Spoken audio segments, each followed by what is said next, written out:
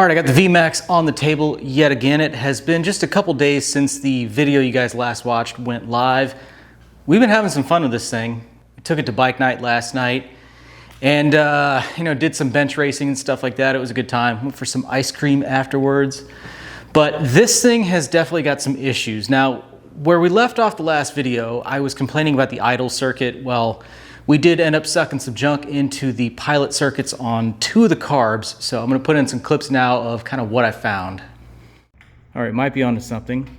So I wanted to check the fuel that was in the bowls of these things and maybe like a pilot got clogged up. Well, in here, you can see there's some junk floating around. These 2 carbs, the fuel came out very clean. And then I went to test this front one, and that's where it came out of. And that's the carb that we've been suspecting. So I'm gonna check this one, but there is definitely junk, and that would definitely get caught in the pilot. Well, I got the Vmax carbs off, and I'm trying to diagnose the running issue we're having on the front left cylinder as well as the front right. They're just cold at idle. So I couldn't quite find a direct issue with this one. I know we had a bunch of junk in it, but pulling this one apart, the pilot circuit there, you can see a little bit of junk in there.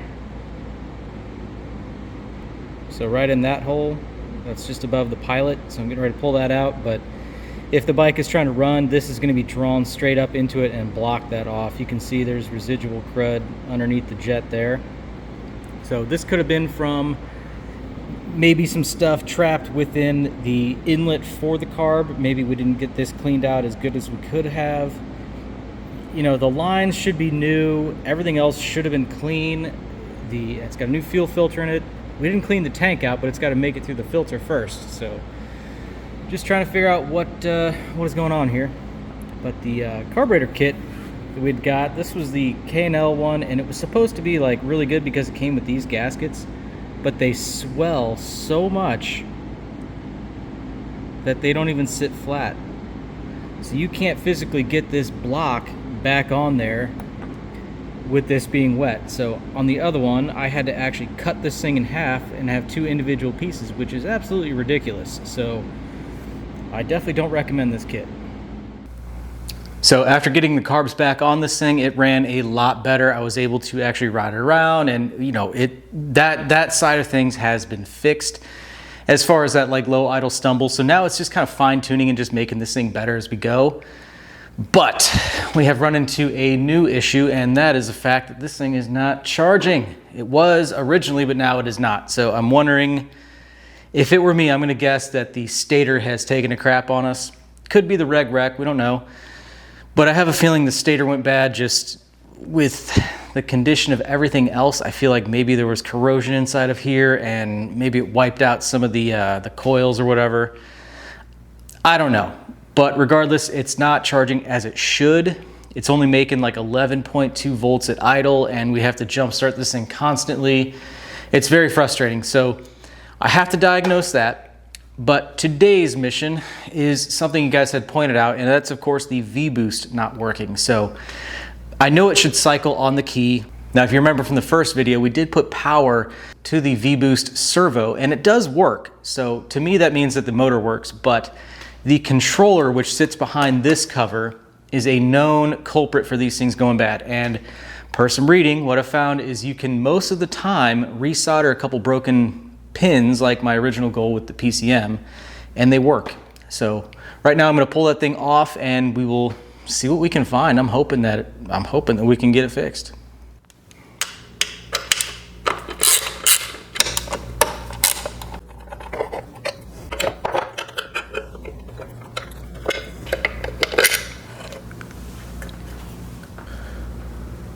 So this guy right here is the Vboost controller, just a simple plug on the bottom of it, and then we're gonna go ahead and pull this thing off, pull it apart, see what we find.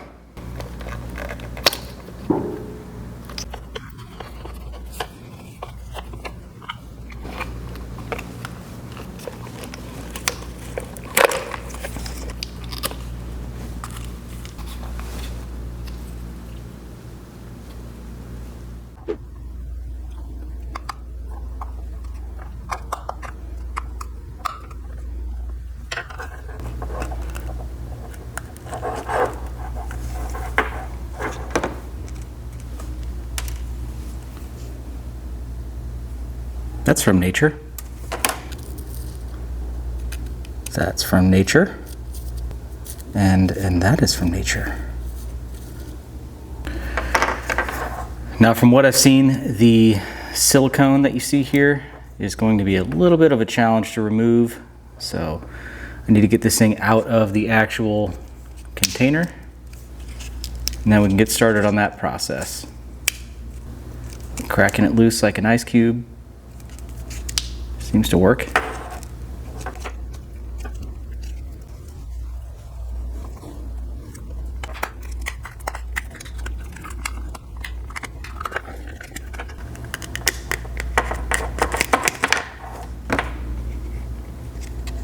Without looking at the backside, I can see a little green mark right there. Wouldn't be surprised if that was our culprit. I'm gonna go ahead and clean up the top side, and then we will work on scribing this edge and then try to peel back that silicone.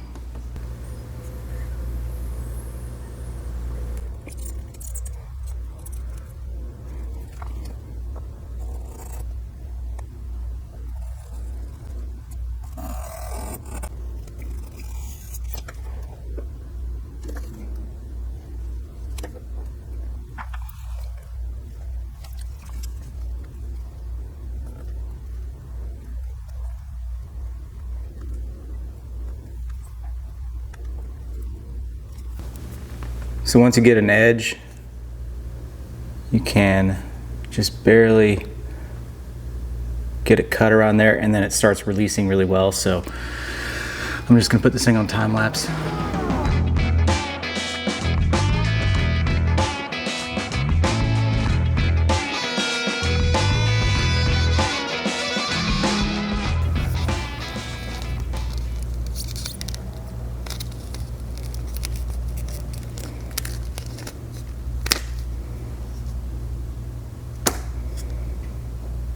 Okay, now it's time to inspect and hopefully repair something. I'd like to actually find a problem.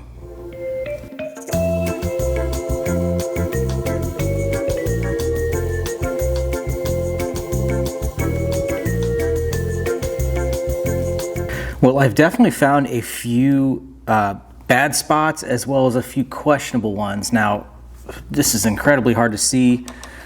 I think I have pretty good vision, but I definitely need a magnifying glass for this. And I have found that lighting, I got this big old ring light right above here. Lighting is very important. So what I did is I looked at it from one perspective with light in one area, got all of the areas that I thought were bad, and then I flipped this thing around to have a whole different shadow effect, and then checked again and I found more. So overall, I know I have 2 joints.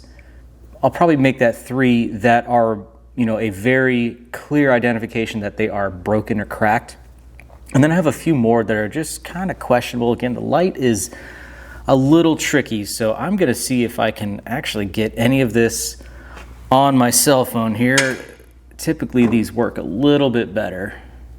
So this guy right here, you can see that little ring around here. That little ring, that's a very clear identifier. You can see in the magnifying glass that that thing is a little cracked.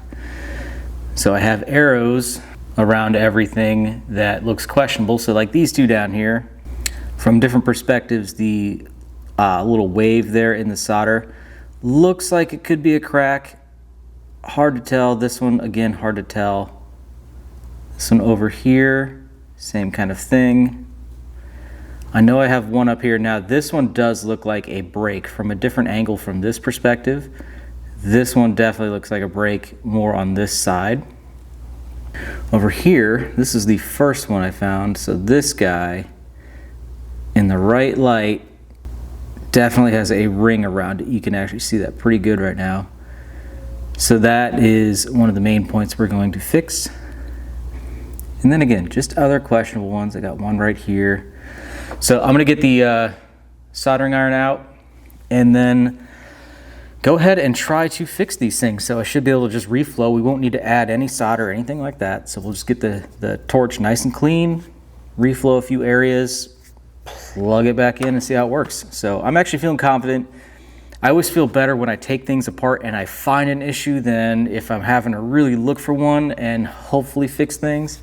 So the fact that I know I at least have 2 concrete flaws, that's a good thing to me. Now, while I'm waiting for my soldering iron to heat up, I wanted to mention that I did actually end up getting a solder sucker because of some of the comments in the first video as I was working on the PCM. I didn't even know that was a thing, to be honest. So cool recommendations from you guys. Went ahead and picked one up. I haven't used it yet, but of course I watched some videos and I'm like, duh, gotta have one of those. So I also ordered, can't really see it, but just some soldering wick. So we will definitely have some fun with those. We're not gonna need it in this application, but that'll definitely be a tool I use going forward. Okay, I think we're up to temp. You can see down here I've got my clutch plates holding my little base, which has my magnifying glass. So now we just carefully reflow a few joints.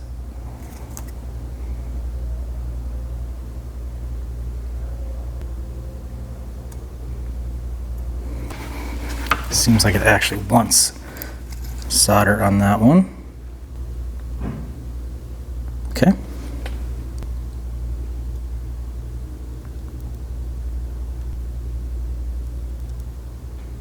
Okay, moving right along.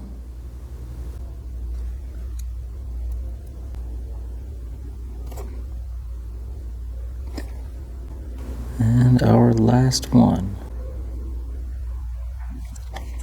Going to inspect these things. Yeah, I'm feeling good about that.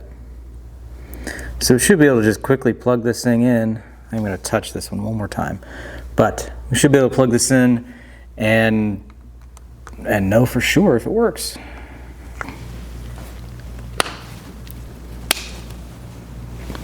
All right, this thing is not touching anything metal, so we're safe there. Okay, I'm gonna twist the key, and if everything goes well, we should hear a...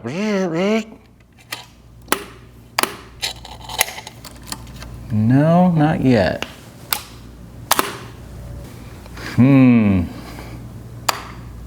You know what? Let me put a battery on this thing and make sure it's over 12 volts. I think it's like 11 something right now. So let's eliminate the obvious.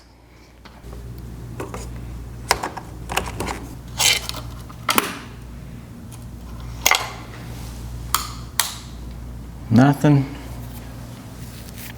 We tested the motor. That seems to work. Pretty confident in that board fix right then. We'll look at checking connections. Well, I'm still working through the diag on this. I did try this board and obviously it did not work that time. So I went and re-inspected my work. I found, I think, 2 more that I had missed before. Again, that lighting is really important. They're very hard to see. So I haven't tested this again. I've been actually going through and just checking connections of stuff. So I've been measuring the voltage and grounds across the harness. And one thing I'm noticing is I do have about a voltage drop on the red with white wire, and that is the wire that is basically switched ignition, so it sends power to the coils, the igniter, the Vboost control box, and maybe like one other thing, like probably like a relay or something like that. But regardless, the voltage drop is not isolated to, let's say, just this pin down here on the Vboost controller. The voltage drop is consistent across every coil, everywhere there is a red with white. So what that's kind of telling me is I don't necessarily have a break in the wire, I probably have a poor connection. So back tracing it before I get into the ignition switch, I wanted to check the fuses. So I'm gonna flip the camera around and I'll show you what I found. Now there are poor connections everywhere in this bike. So on the left is the ignition fuse that was in the bike. If I get in the right light, or maybe get it in more light, I don't know. So there's a couple dark spots right above my thumb. And that's basically corrosion that was on the actual fuse. So that is a brand new one. Let me kind of demonstrate how this could have an effect. Okay, now you guys can see the ohm meter there. So on a brand new fuse measuring across it on a good surface, I mean, we've got 0.2, 0.1, and that is consistent with just the test leads, okay? Sometimes they get up to 0.1, but that's nil. Now, I did scrub off some of the area on this fuse. So we hook it up.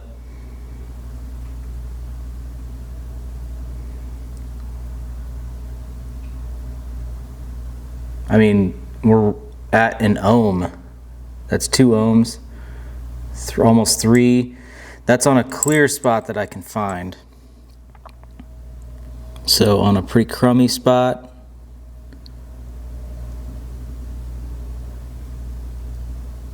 I mean, it's going between like open line, which is no connection, and then a bunch of resistance. So it doesn't know what it wants right now. So that's a good reading. Again, I have cleared off some of this. So I'm going to work on continuing to clean up. I'm just going to replace the fuse. That's easy enough. But I'm going to work on cleaning up the actual fuse box area. And this might have something to do with our voltage drop. I do want to check the connections on the ignition switch next. Okay, I think we got it narrowed down. So right here is the ignition switch plug. The ignition switch is set to off right now. If we probe the red wire, which is power from the battery, I go to ground. You see on the multimeter there we have 12.9 volts. So that is exactly what the battery reads right now. Now I'm going to skip over to the brown wire next to it. Same test. Right now the key is off, so we go key on. 11.4. So our voltage drop is in the contacts of the ignition switch itself.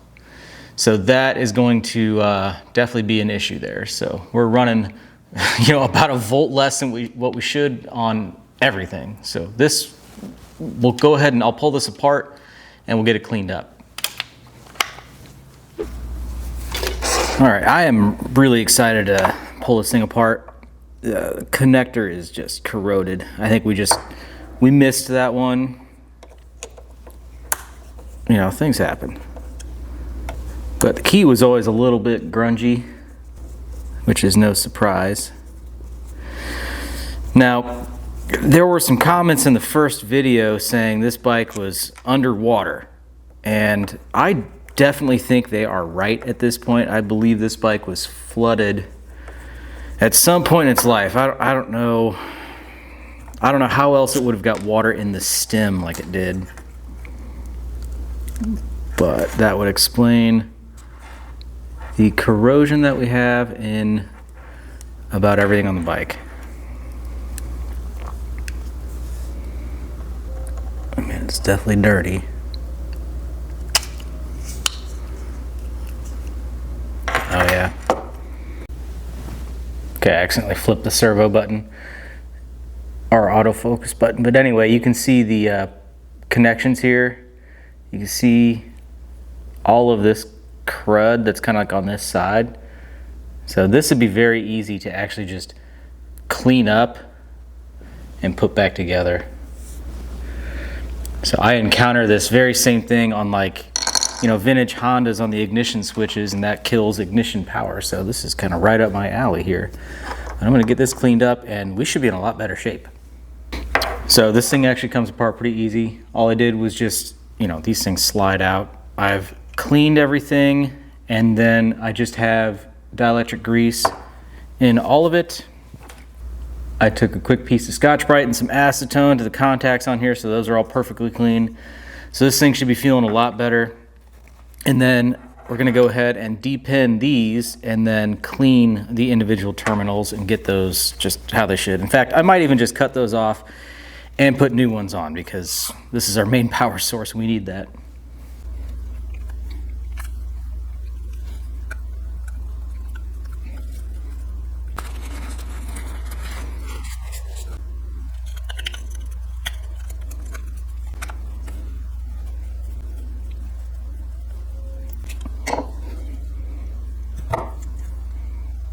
Yeah, these things are pretty disgusting up here.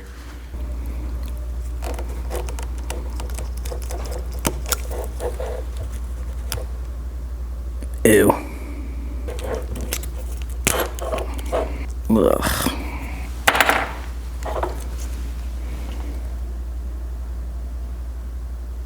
That's not doing any favors.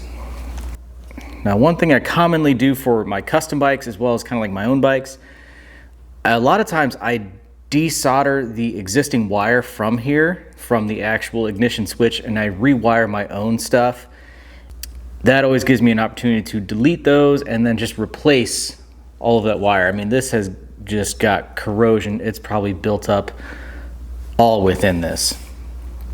So that's probably what we should do. I've already got the soldering iron here.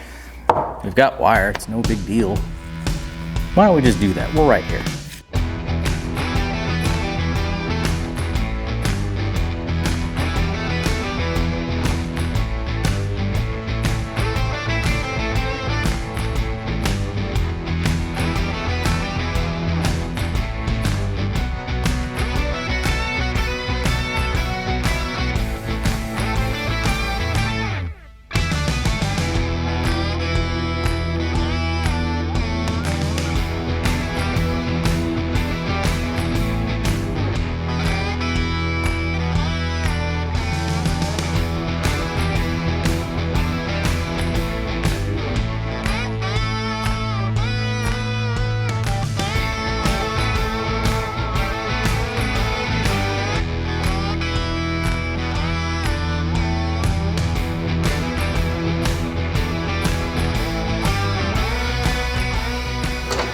Okay, I have the ignition switch on here. Let's go ahead and put our work to the test and see if we still have a voltage drop. Before we go key on, let's go ahead and make sure we have power to our switch. We've got 12.8 volts. All right, now we're going to check the brown wire. 11.7.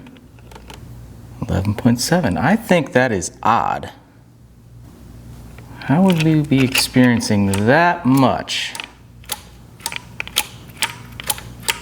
Give it a few turns. 11.7. It's an improvement. I think it was like 11.3 before. But I'm going to go ahead and check, you know, on the red with white stripe kind of everywhere else. On the ignition wire, 11.57. My red with white wire at a coil, 11.48. So it drops, you know, with every little connection. But 11.4 is better than like 10.9. So it's a little improved. I'm gonna go ahead and hook up stuff up front and see if maybe we fix the Vboost the second time around. Vboost's hooked up. Again, I found maybe like one or two other pins, so cross your fingers. That would be sweet. Nope. Nope. Man. Where is my multimeter? Right here.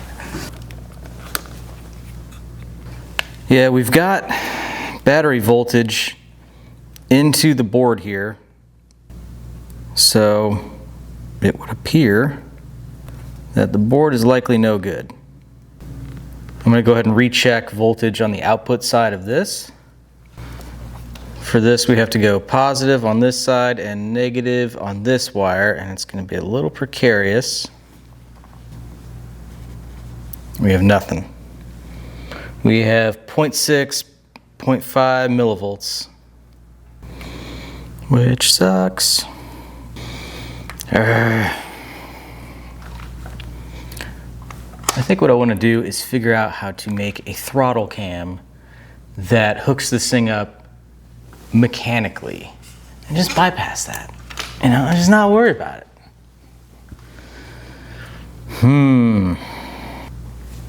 I don't want to have to buy a $200 used board. Well, it is the next morning. We have made a little bit of progress with this thing.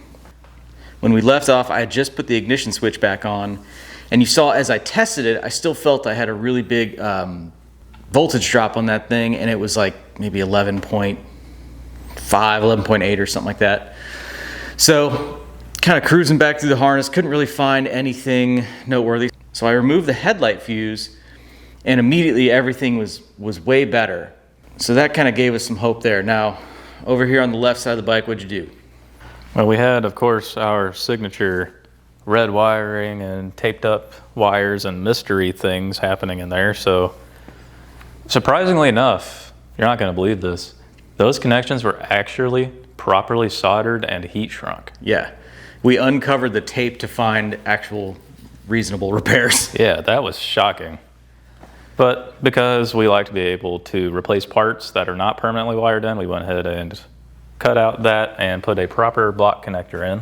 Yeah, I'm assuming just like many bikes of the era, the AC wiring, the connector usually gets a little burnt and crispy or falling apart or something like that. So it's no wonder that, you know, that was maybe the way it was. But we still needed to check the actual stator output and resistances and stuff.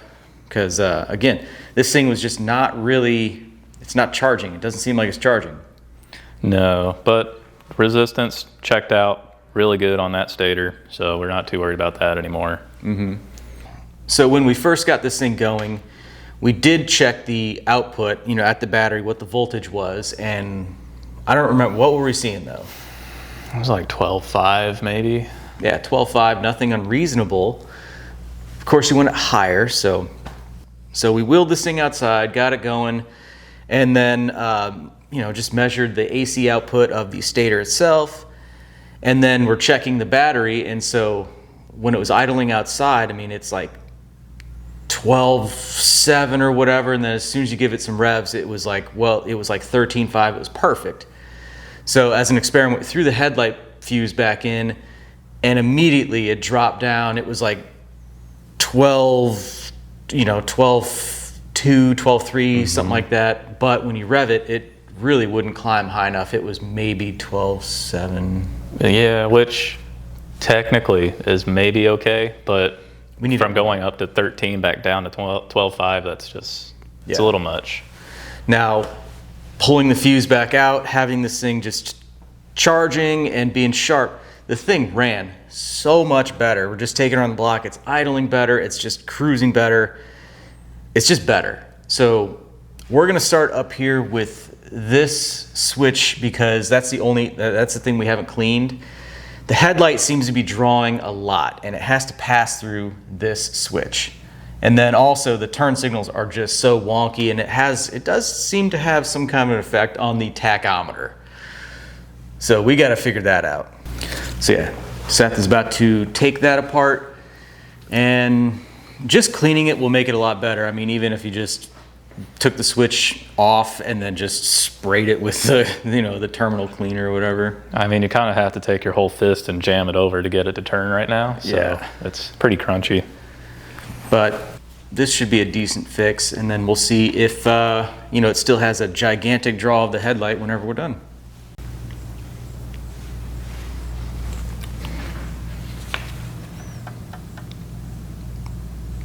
How you said it wasn't bad? I never confirmed it wasn't bad. I said maybe. I think you like popped the top off of it. You're like, oh yeah, it's pretty clean. Oh. Well, you see, I didn't quite, you know, there's this little guy that's in there, and I pulled that off, and then I realized it was in fact quite bad. So yeah, that should be made quite a bit better by a little bit of cleaning, or a bit of cleaning. It won't be bad. How stuff gets in there, I'll never know. I just don't get it. What would be the equivalent, like if humans could get into like tiny little spaces and make homes, like we'd be living in what, like Folgers cans or something? Yeah, probably. Okay. Or like, just put that in your head. Think about that. Now we've been having some charging system issues with this bike, and I don't know, it was slow starting as well, and I think it was just draining the battery or something. especially when you're riding it. So it turns out that the stock regulator rectifier had kind of taken a crap. This thing was only putting out maybe 11.5 volts, something like that. Yeah, and the RPMs too. Yeah. So pulling this thing off, you can see it's kind of burst on the back, started leaking, so definitely bad. It's getting replaced with a Rix unit. So I know there's, you know, upgrades you can do. I looked at some of the options, but man, trying to fit one of those modern ones into this bike turned into a big problem. Because we actually have some stock regulator rectifiers that could have worked on here as far as like voltage and how they're set up with the wiring, but there's nowhere to put them.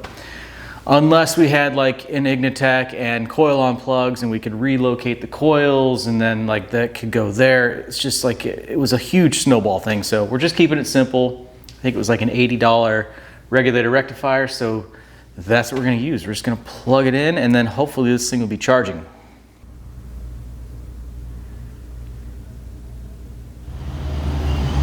All right, let's see what this thing does. Can you give me full choke, sir? Can. Choked.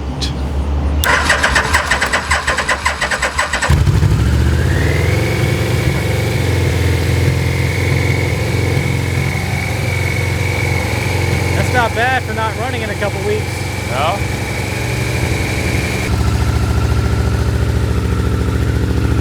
Let's see what we got.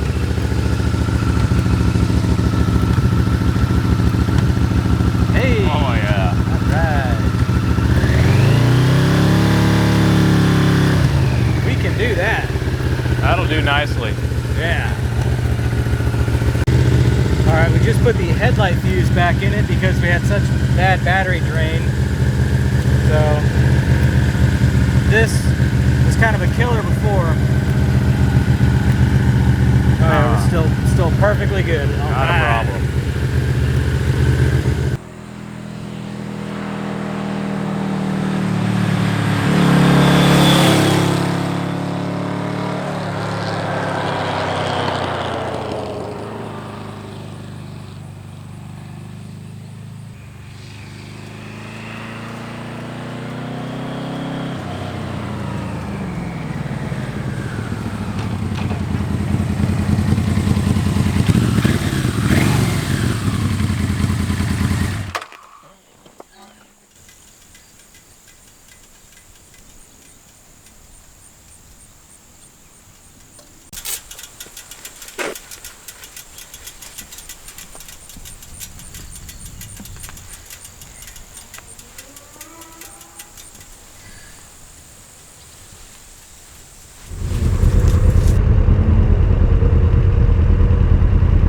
This is the weirdest thing. The tack only works when you got the turn signal on.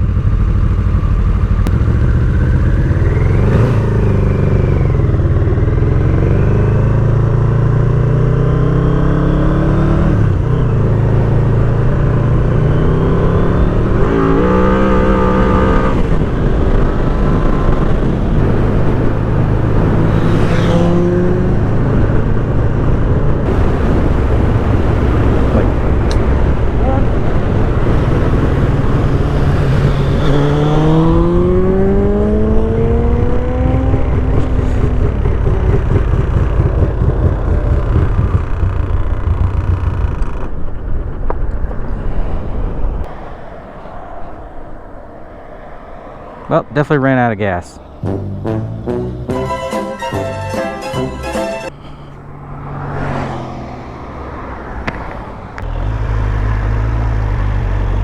So, Vmax ran out of gas. Somehow, I don't know, I was gonna push it and then Seth is like hops in and just starts pushing.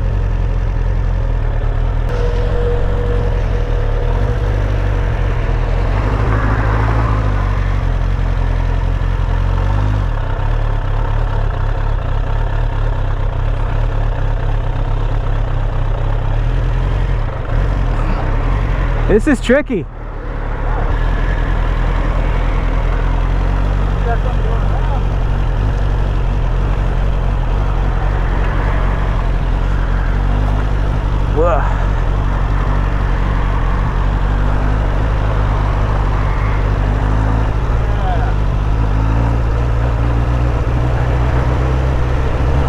Oh, this is tough.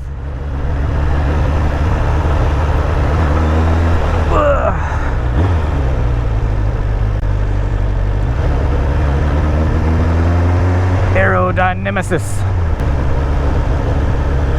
We got the green light.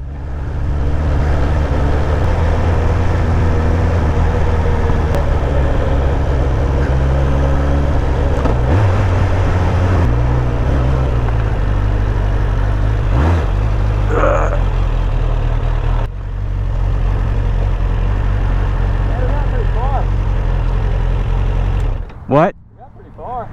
Yeah? Alright, I'm pushing. Alright, I won't argue this time. This one was on me.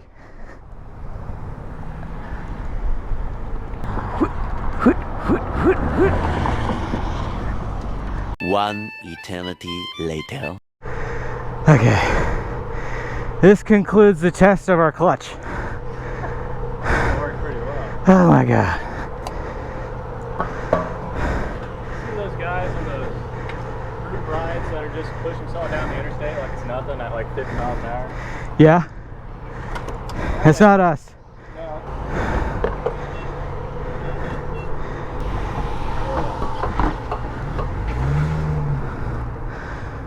Well, that was fun. Something like that. Alright, she is full. 3.9 gallons, okay? The Bandit is always thirsty. I mean, it's so weird because we were riding it so responsibly too.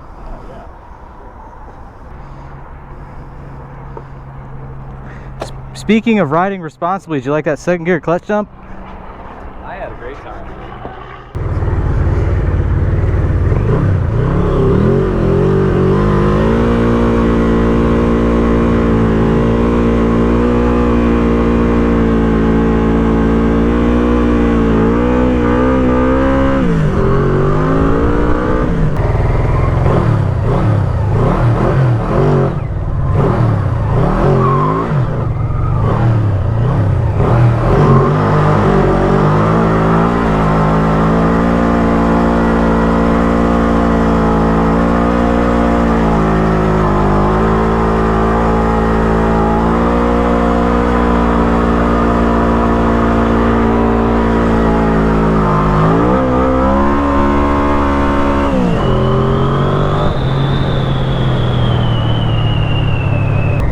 We are using this vehicle as intended. Yeah!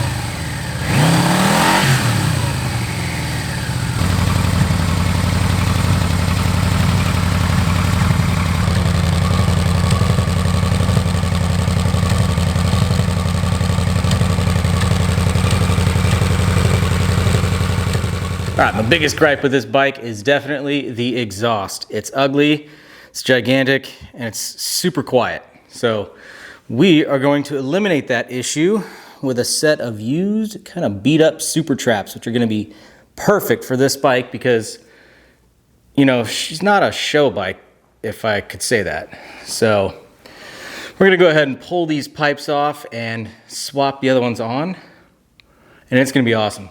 Now, if you guys didn't know, I actually tried to find a Kirker 4-in-1 for this thing, and I had a gentleman reach out from Australia who said he had one. sent me pictures and stuff. It seemed legit, and sent him money, and he sent me some capacitors. So he took me for about 700 bucks, which is why this thing's been a little bit on the back burner, just because, you know, I don't want to spend more money on it. And I was a lot bit bitter about the whole situation. So that really sucks. But the next best thing is definitely a set of Supertrapps. So that's what we're gonna do. Should sound a heck of a lot better.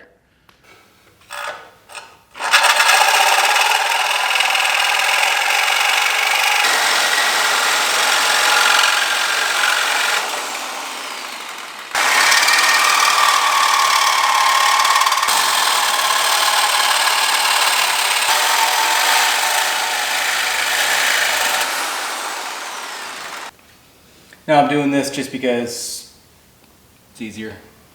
Trying to get these off all at once. Yeah. Cut it and do one pipe at a time.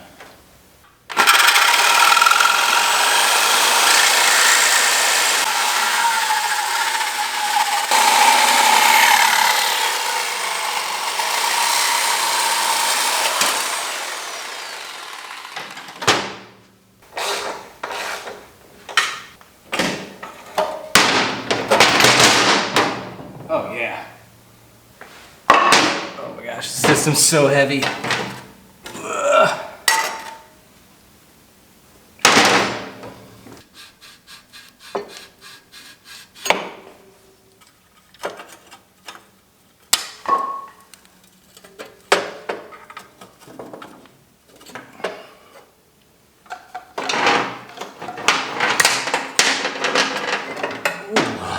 It's hooked my hand. Oh, that hurt. Hooked on a jagged piece of steel. It actually pulled. Oh, there was movement. Okay.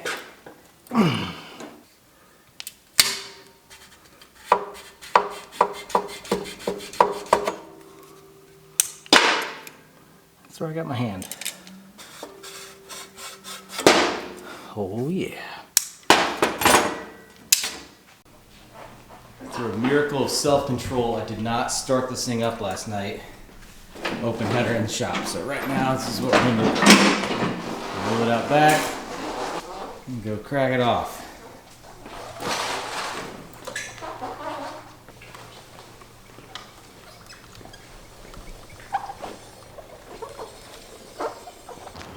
All right, this is gonna be a cold start.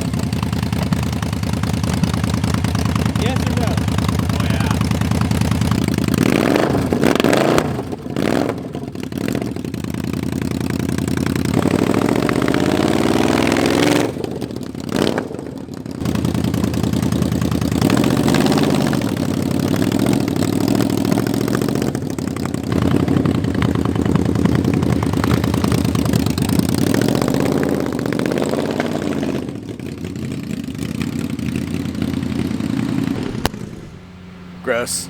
Ugh. Now these things do not appear to have any kind of clamp on them, so we're just going to smear a bunch of exhaust sealant in this, and let it ride. That appears to be how it had it. The idea with this bike, we're not chasing perfection, you know. Good enough. We're chasing hooliganism. Hoonism? Hoonism? We don't really have a hooning bike in the shop, you know? I think this fits the bill pretty well. There's a severe lack of hooning machines in here. Yeah.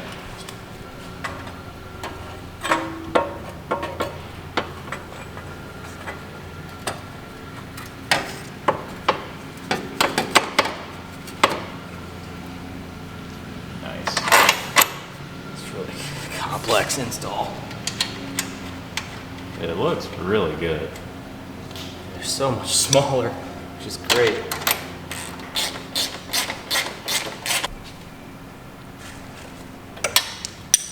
That was easy. Installed.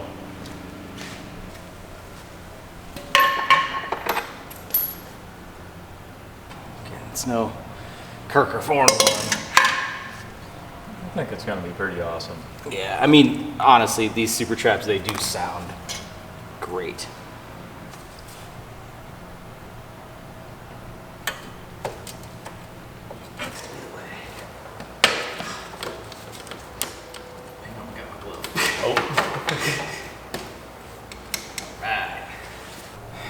Now, are you looking forward to making jetting changes and tuning on this thing a little bit?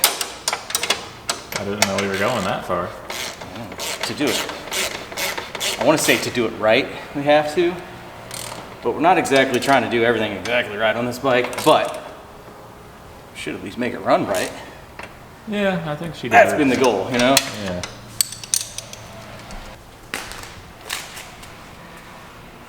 Probably gonna be a little loud in the building.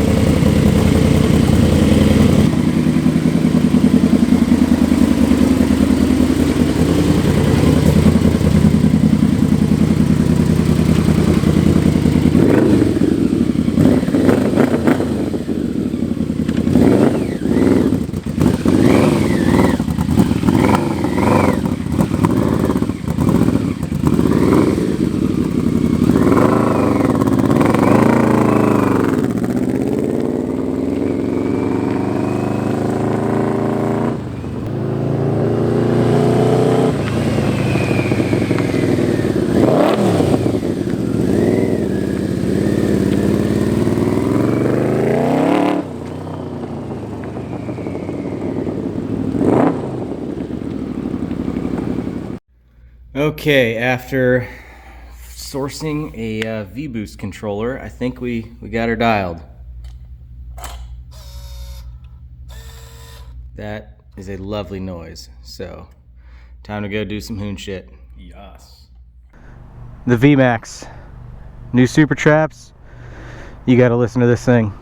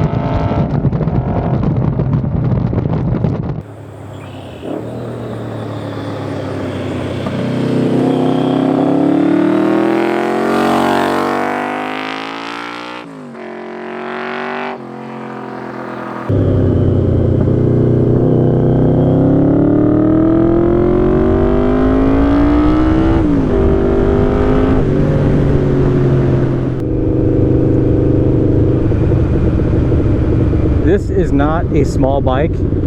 It is not a light bike, but it's just carrying the front end through first gear. It's like the equivalent of driving a monster truck. Not that I've driven one, but I can't imagine it feel much different than this as far as the overall visceral experience. It's so good.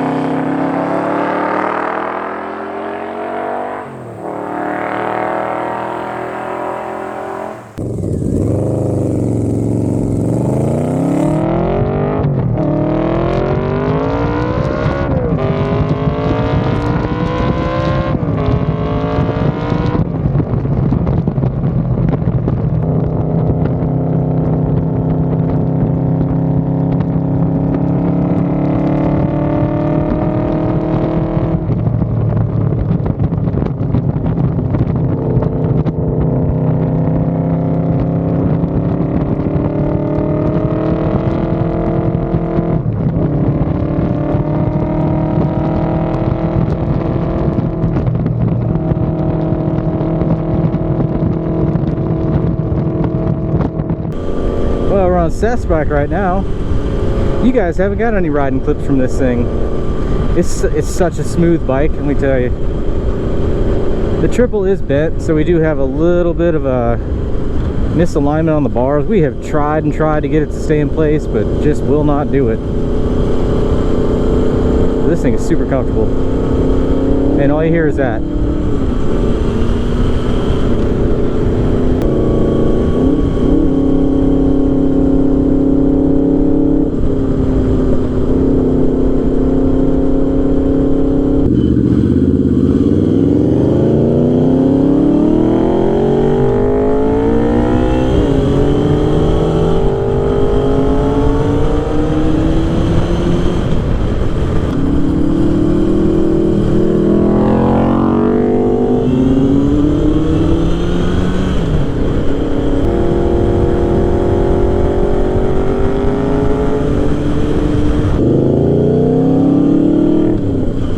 I can't hear anything.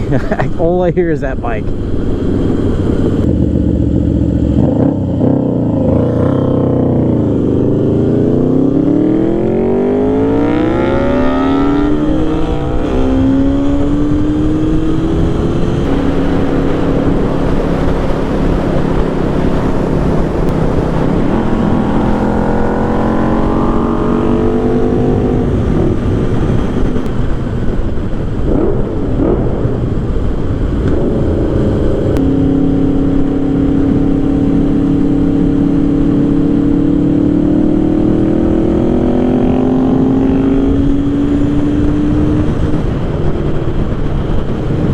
That thing literally has double the horsepower.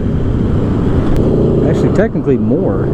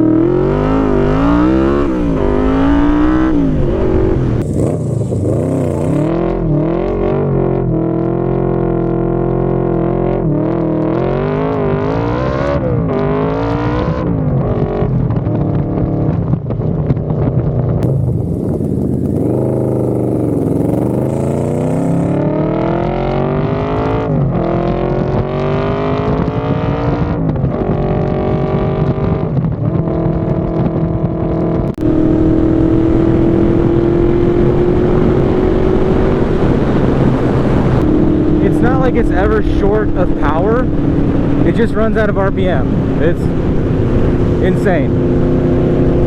So the more you twist, I mean, it sounds stupid, the more you twist, the faster you go. But like, it just doesn't stop. But it doesn't seem like she's ever overheating. It really maintains good coolant temp. The tach doesn't really work until like 4,000 RPM though, which is weird.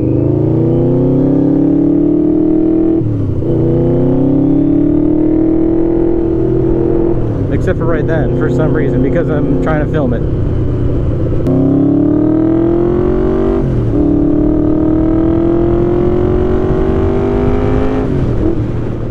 Well, the Biohazard Vmax has come a long ways from sitting in a barn covered in rat pee. Now it's running and riding just like it should, and sounding even better. So I hope you guys enjoyed this one. Let us know what you guys want to see us do with this bike next. It's probably going to stick around for a little while. We're just going to keep playing with it as it's a lot of fun. Again, I hope you guys liked this video, and I hope to see you in the next one. Thanks for watching.